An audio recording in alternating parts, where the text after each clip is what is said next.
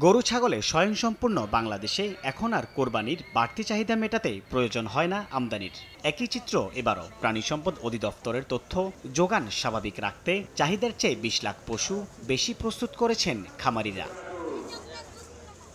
যে খামারিদের উদ্যোগে আর পরিশ্রমে সাফল্যের পরিসংখ্যান তুলে ধরছে অধিদপ্তর, সেই অধিদপ্তরেই বিস্তর সমালোচনা করলেন প্রান্তিক খামারিরা। আমরা যখন ডাক্তারকে ফোন দিলাম, ডাক্তাররা ১০,০০০ টাকা কন্ট্যাক্ট করলো।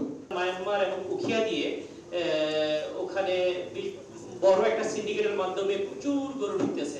শনিবার রাজধানীর সিরডাপ মিলনায়তনে বাংলাদেশ ডেইরি ফার্মার্স অ্যাসোসিয়েশন আয়োজিত সংবাদ সম্মেলনে দাবি করা হয়, মাংস আমদানিতে প্রাণী সম্পদ দপ্তরের বেশি আগ্রহে অবহেলার শিকার হচ্ছেন দেশের খামারিরা। ডাক্তার ছাড়া আমাদের চলবে না, কিন্তু খামারি যদি না থাকে, খামার যদি না থাকে, তাহলে ডিএলএস এর কার্যক্রম কি থাকবে?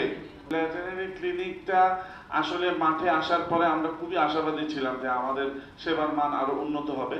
তো সেবার মান উন্নত হয়েছে কিনা আমরা জানি না, বাট ভিজিটার মান অনেক উন্নত হয়েছে।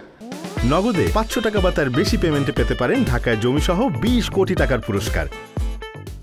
এ সময় সংগঠনটির সভাপতি দাবি করেন, কোরবানির ঈদ সামনে রেখে ভারত ও মিয়ানমার সীমান্ত দিয়ে প্রচুর গরু মহিষ ঢুকছে দেশে, যা লোকসানের সংখ্যা বাড়াচ্ছে খামারিদের। আবার যেভাবে করে এই ইন্ডিয়া থেকে কিংবা মিয়ানমার থেকে গরু আসা শুরু হয়েছে, এতে কিন্তু আমরা এই কোরবানিকে এই ১০-১৫ দিন পরে কোরবানি ঈদ আমরা পালন করতে যাচ্ছি, এমন তো অবস্থায় কিন্তু এটা আমাদের জন্য একটা বিশাল থ্রেট হয়ে গেছে। ঘূর্ণিঝড় রেমাল ১৬০টি উপজেলায় অন্তত ২৫ লাখ গবাদি পশুর ক্ষতি হয়েছে, এমন তথ্য দিয়ে খামারিদের ব্যাংক ঋণ মওকুফ ও সহজ শর্ত অর্থায়নের দাবি জানানো হয় সংবাদ সম্মেলনে। ওই গরু কিন্তু কোরবানির হাটে বিক্রি হবে না। সাইফুল ইসলাম, সময় সংবাদ, ঢাকা।